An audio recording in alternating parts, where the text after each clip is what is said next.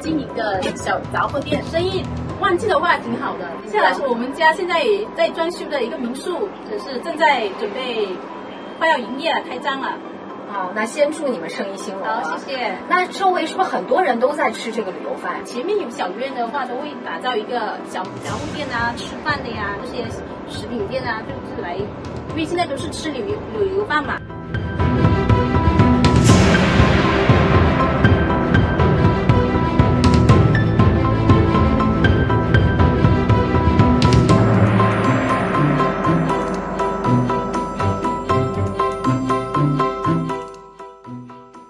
去了好些地方，比如重庆啊，香港啊，对，也去了别的当地比较有名气的一些民宿了。然后我们想说，自己家正好，振兴乡村嘛，我们又是当地人，先用自己家的这样的一个地理位置、资源等等，那就自己先做了民宿。